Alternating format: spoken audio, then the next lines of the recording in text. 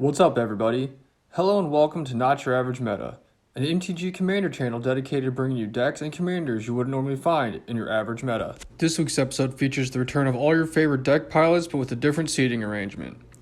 Many players on the channel believe that one spot in particular is cursed, so in order to debunk this myth, we've decided to shake it up and move players around. Robert returns this week playing Kadena Slinking Sorcerer for a second week in a row. I don't know what happened, but he's really fallen in love with this morphonomical soul-type commander recently. Next, we have Foil playing Yurlok of Scorch Thrash, a deck he's been working on and is determined to make work on the channel. This deck looks to flood everyone's mana pool in order to take his opponents out with some good old-fashioned mana burn. Next, we have Fog playing a deck he's also been working on recently, and that's Kurkesh Onakke Ancient. This deck is a mono-red Super Friends deck that looks to take advantage of an array of artifacts along with Kurkesh's copy ability in order to get multiple proliferation triggers. Last but not least, we have Mr. Demir himself, Justin, playing his fourth Demir deck on the channel, Zareth San the Trickster. This is a merfolk tribal deck that looks to mill his opponents as much as possible in order to give his commander good targets to bring back from the graveyard. Now that we have our participants, let's head into the Thunderdome and see which deck will come out on top. Foil draws and plays a tapped Canyon Sleuth and passes. Justin draws and plays a tapped Sunken Hollow and passes. Fog draws and plays a basic Mountain then passes. Robert draws and plays a Jungle Hollow, gaining 1 life, then passes his turn. Alex draws and plays an Arid Mesa. He then pays 1 life to crack it and go get a Highland Forest and passes. Justin draws for turn and plays a Command Tower.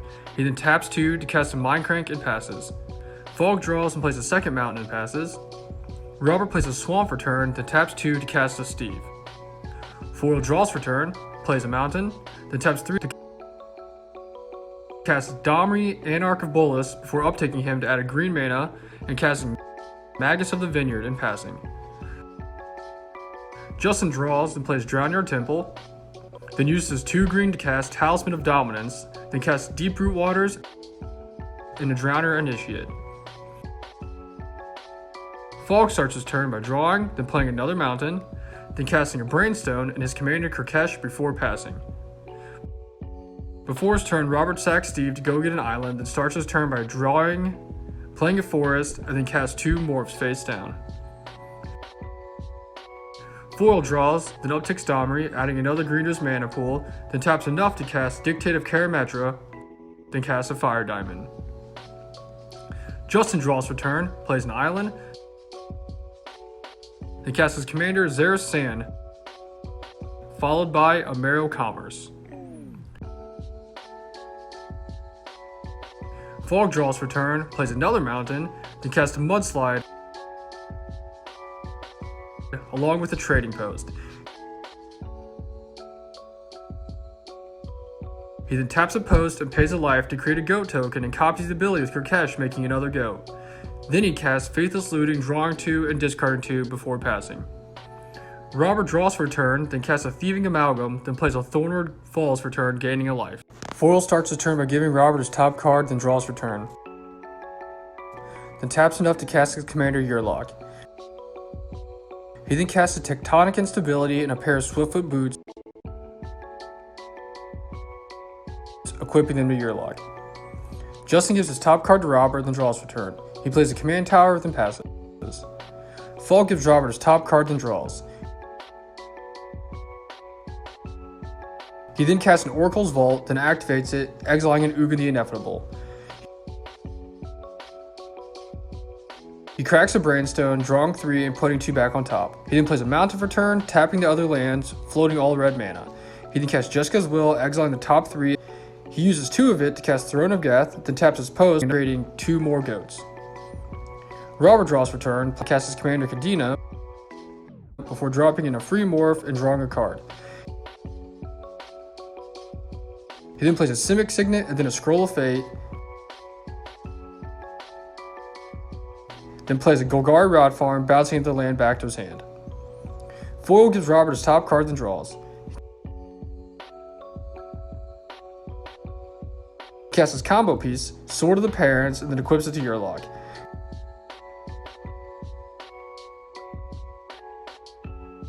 He then shows us a loop of tapping and untapping Yurlok 6 times and adding 15 mana to our mana pools.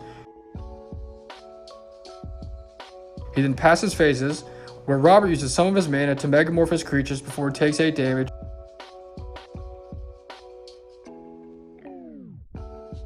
and the rest of us take 15, then mill from the Mind Crank.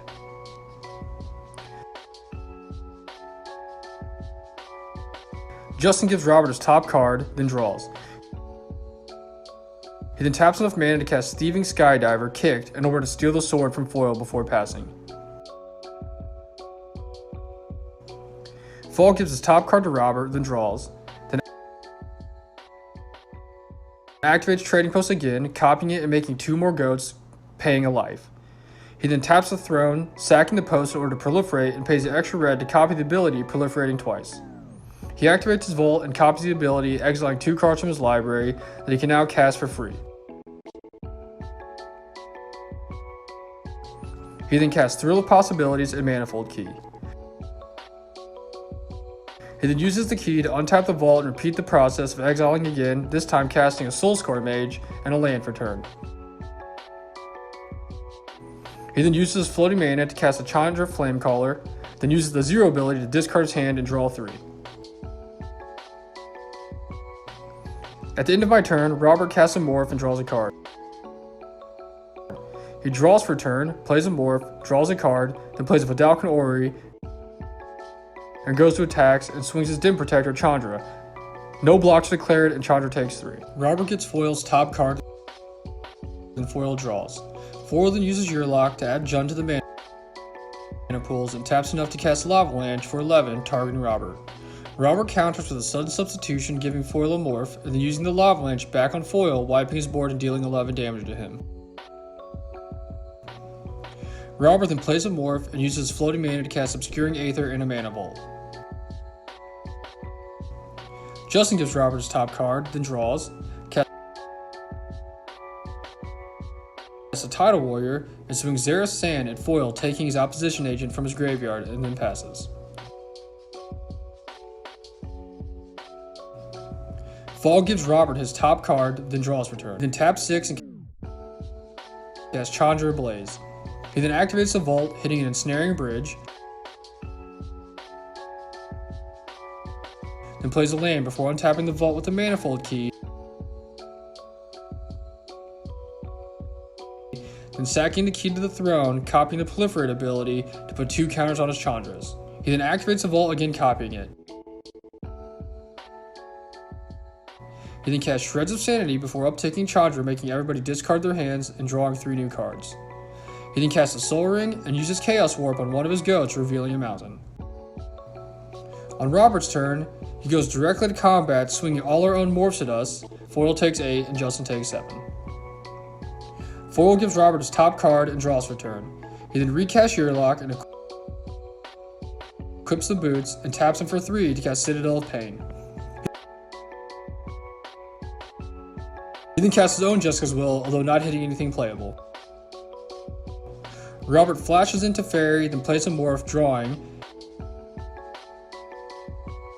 and then plays a Manifest, drawing again. Justin plays a Watery Grave and takes the 2 damage, and then casts a Silvergill Adept that casts Mnemonic Betrayal. Robert casts a free Morph, then morphs it over, countering the spell. Then Justin casts a Marrow Harbinger and passes. Falcon taps and uses his Vault again, copying with Kurkesh, and hits a Pyromancer's Gauntlet and a Starstorm.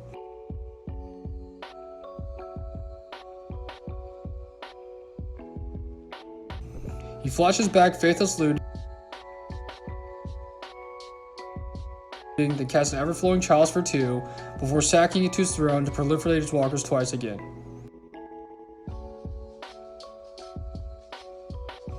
He then uses Chandra's 0 ability to discard his hand and draw 5.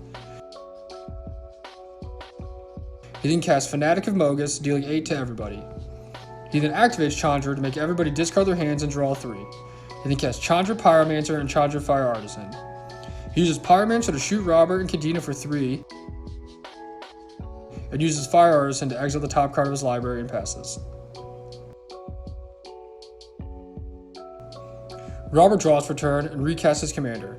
He then plays a morph for free, draws, then plays a second morph and draws again.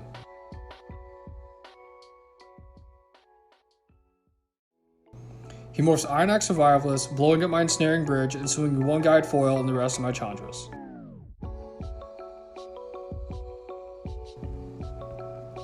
Robert gets Foil's top card, then Foil draws for turn and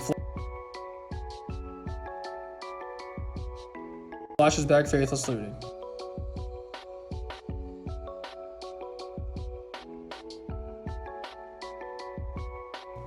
He casts an Umbra Mantle, which is countered when Robert morphs over his Kiru Spell Snatcher.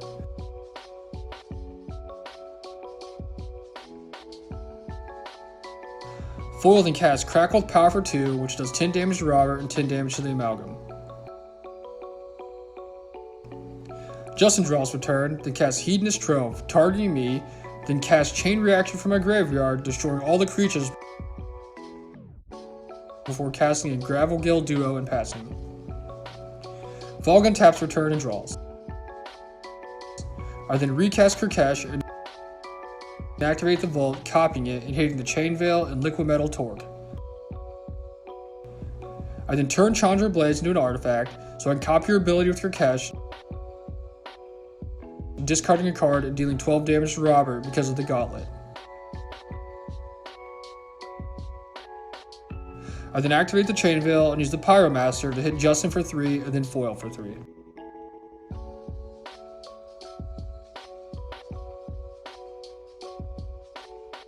The big winner of the night was Fog Rod's Kurkesh deck, proving that not only was the spot he was sitting in not cursed, but Mono Red Super Friends can work in EDH. Ironically, after editing and flipping the video in order to make it appealing for the viewers to watch, Foil still ended up in the cursed top right corner. The MVP of today's game goes to Foil and Crackled Power. If it wasn't for his last spiteful act of revenge on Robert, I don't know if I would have had enough damage to kill Robert on my next turn. Thanks, buddy. Thanks for watching, and be on the lookout for more games and decks you wouldn't normally see in your average meta.